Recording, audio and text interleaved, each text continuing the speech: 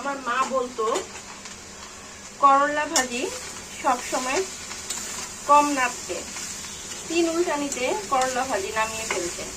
3 উল্টানিতে আসলে কি করলা ভাজি নামানো যায়? আমার মা আসলে তাই রান্না করতো। অনেকগুলো করে তেল দিয়ে সুন্দর করে নামানোর আগে দিত ওই পেঁয়াজ, ভালো হইতো আধ কাঁচা আধ পাকা অবস্থায় করলা ভাজিগুলো মানে হালকা সিদ্ধ হইতো, কিন্তু ভালো লাগতো খেতে। ওইটা স্বাদ একরকম। আমাদের বাসার উপরের তলায় এক ভাবি ভাড়া থাকে, ওই ভাবির হাতের করলা ভাজিতে এতই মজা, একদম করলা ভাজির কালার গ্রিন থাকবে কিন্তু করলা ভাজি হয়ে গেছে, এত মজা।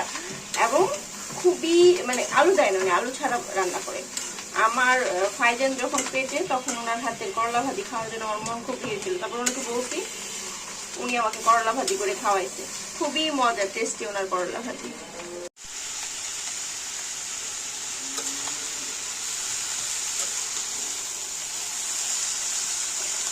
করলা ভাজিতে সবচেয়ে বেশি তেল লাগে, যে কোনো ভাজিতেই তেল লাগে, কিন্তু করলা ভাজিতে একটু বেশি তেল লাগে।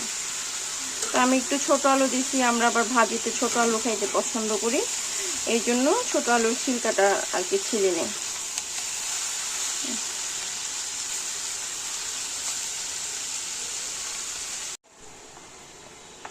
এই তো আমার করলা ভাজি হয়ে গেছে। আমি নামানোর আগে এইভাবে কাঁচা পেঁয়াজ দিই, তারপরে এটাকে একটু ভাজি বলতে আর একটু নাড়াচাড়া করে এটা যখন হালকা হালকা সিদ্ধ হবে তখন নামিয়ে ফেলবো।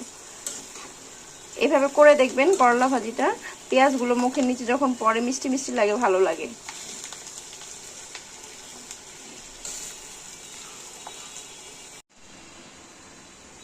কই মাছ মেরিনেট করে এখন রেখে দিচ্ছি, নর্মাল ফ্রিজে রেখে দিব। যখন ভাজবো তখন সরাসরি বের করে ভেজে নিব। মেরিনেটটা করে রাখলে মাছটা খেতে ভালো লাগে। আর যেহেতু আজকে রান্নাটা সকাল সকাল হয়ে গেছে, এখন বাজে সকাল 10টা, আজকে খুব তাড়াতাড়ি রান্না হয়েছে আলহামদুলিল্লাহ। আর এই তো আমার করলা ভাজি হচ্ছে, এখন আমার করলা ভাজি প্রায় শেষের দিকে, complete. Thank you for watching.